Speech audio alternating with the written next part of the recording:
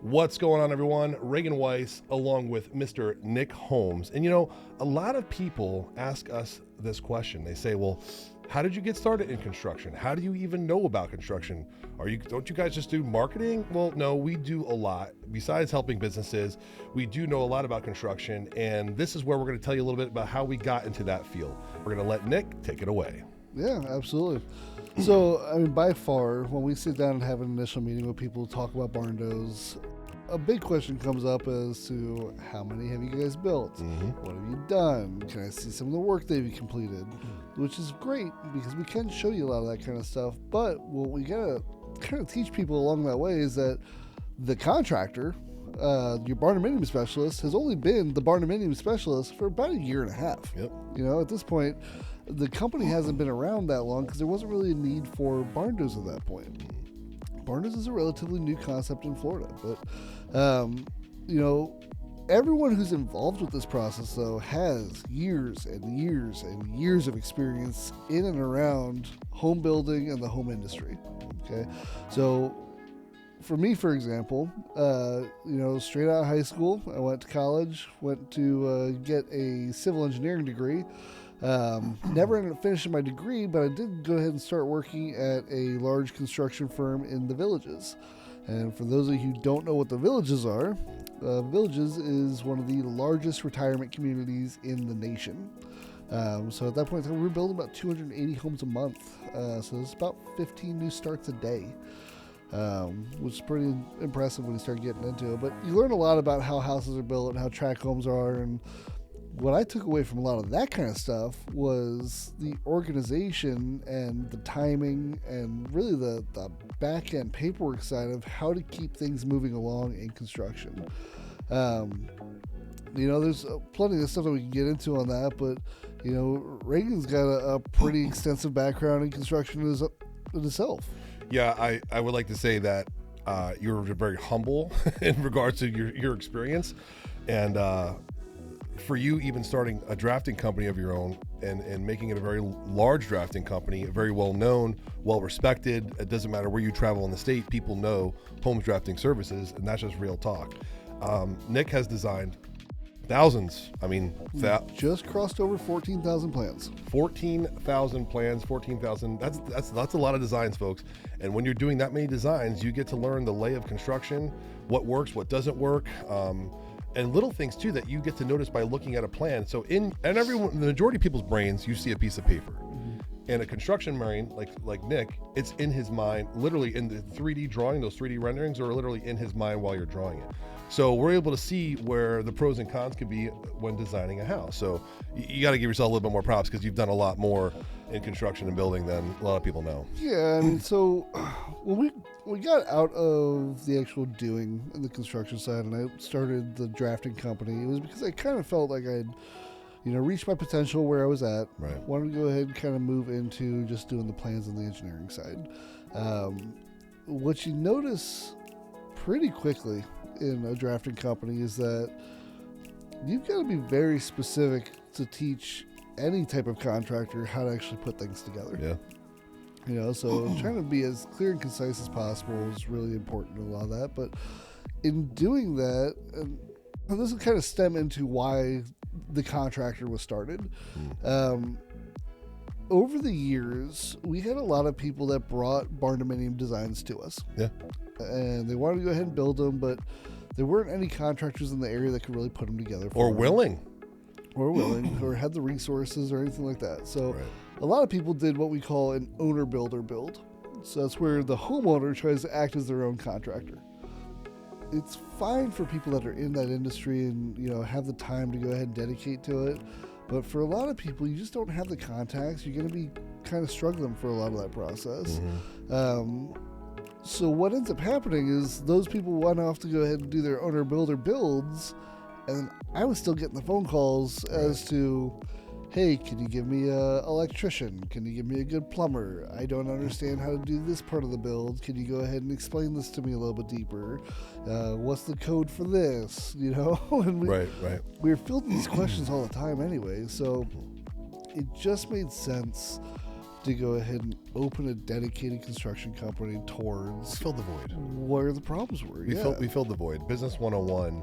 Business 101 is filling the void. And in regards to your question to me, in regards to construction, guys, it's been a very, very long time. I grew up in real estate. I grew up in construction. I remember being a child in a basement, knocking down walls up in New Jersey because my father was building houses and remodeling houses, and he was in real estate up in New Jersey. So I grew up in that. And never did I think that I would even literally go down that realm. I didn't. If anything, my father would always tell me, do opposite of what he did, or hey, there's other avenues and things that you can do in life. But at the end of the day, I think it just becomes a part of you, becomes a part of your DNA. And when I grew up in that world, I always kind of took an interest in it. And as soon as I got out of college, and mind you, I went to school for broadcasting, right? Like communications and broadcasting. I wanted to be the guy on the radio. What do you know? So I kind of merged a lot of the things that I've done in regards to marketing as well as construction. So my first job, my first gig, I got a really great job at Lexington Homes, which was a builder here locally. And I was 22, 23 years old. Now I got in there really quickly. I learned, I listened, I paid attention. I started as a model minder. Do you remember those guys? Literally the guy that babysat the model homes on the weekend, took notes for the realtors, or the order takers, we'll call them back then, because that's when the it was booming.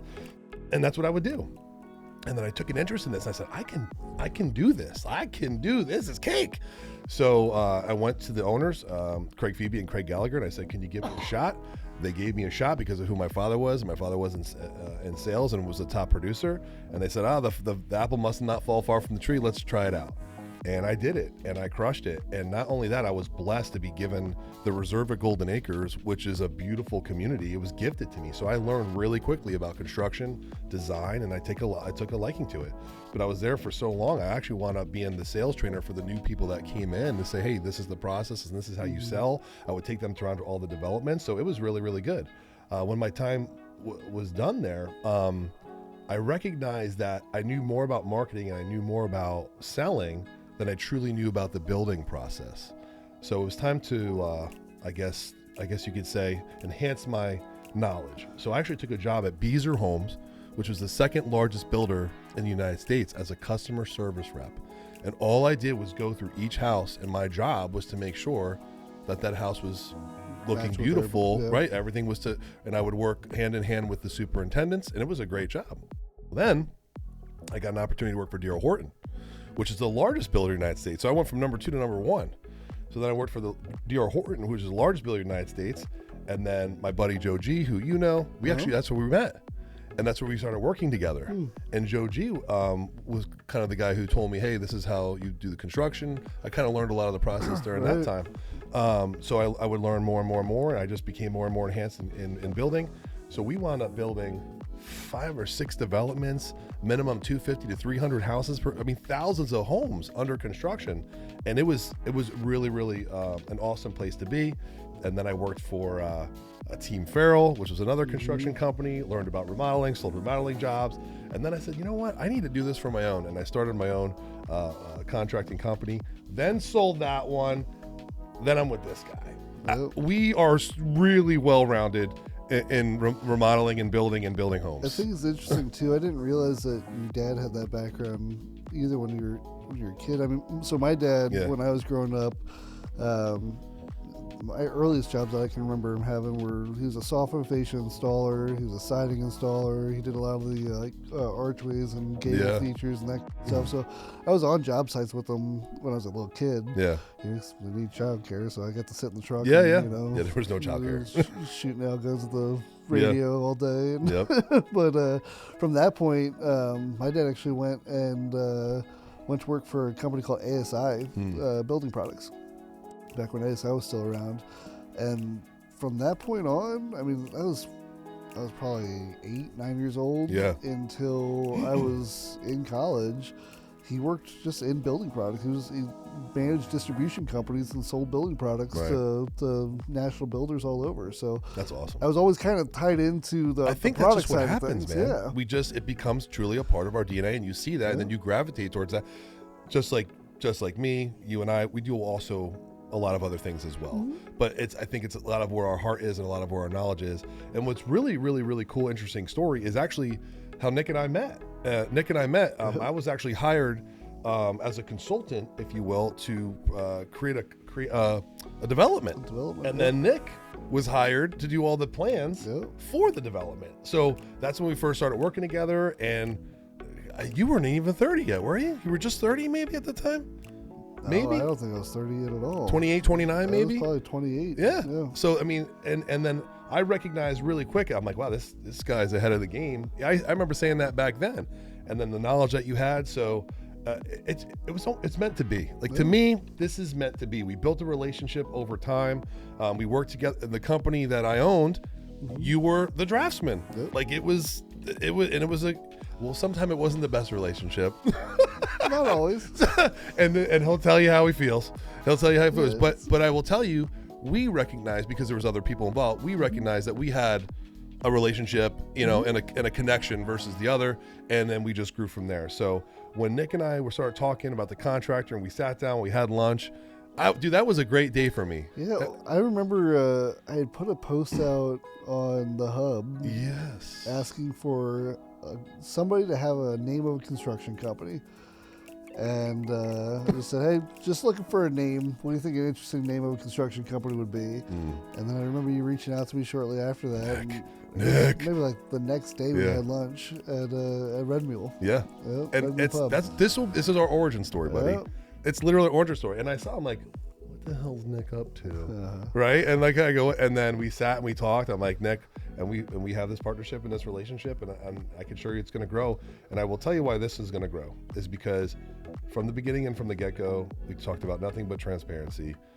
If there's something on our mind, like you and I have been a part of failures in the past of other relationships and partnerships. If there's something on our mind, if something's going on, if we're not liking it, we got to be upfront always and upfront at all times and have open conversation. It's like, and it works. Any relationship, whether it's a personal relationship, business relationship, whatever it is, I mean, communication is the key, right? Like, you gotta say what's on your mind when it's on your mind. Get it out, open, and just fix the problem before it turns into something bigger. Yeah. So, not because we're on the podcast, but I know you always say that, but you're a very knowledgeable individual. The guy knows what he's doing, and it's a good mix. Creativity, knowledge, both of us together. It's a good relationship. So we want to bring that to you. So I know you get to see our funny videos and moments of levity, but when it comes down to business, we know what we're doing. We know what we're talking about. So there's your answers, folks. People want to know our history, and people want to know how we got into construction. You just got a quick glimpse of it. But I will assure you, we've learned things a lot along the way, and we've also learned things not to do along the way, and we'll never repeat those mistakes. I mean, when we're doing a lot of this kind of stuff, I know we're kind of talking quick and getting through things and all that, but if there's anybody who wants to just sit down and have a lunch one day and actually pick our brain about, okay, are these guys qualified at all to actually be doing what they're doing? I promise you we are. I've got no problem sitting down talking technical specs for hours upon hours. So sometimes, I'm not going to lie, when it comes to certain things, I just shut up because that is his realm. And I know my shortcomings. Like, you know your strengths, I know my strengths. I know my shortcomings, he knows his shortcomings. And some of the stuff he says, I was like, all right, I'm not even at that level because you've been doing that with plans and engineering and all that, where I just had to do the fluffy fun stuff on the sales and the marketing and putting a house upside. So it's completely different. There's a big difference between being able to build something off a set of plans and then being able to create the set of plans to tell somebody how to build something, right? 100%. Like a little difference in level of understanding how materials work together and things go together. But and the codes and the codes and the codes, and that's a big part of it. So running a business, starting a business, marketing a business, SOPs, we all got that.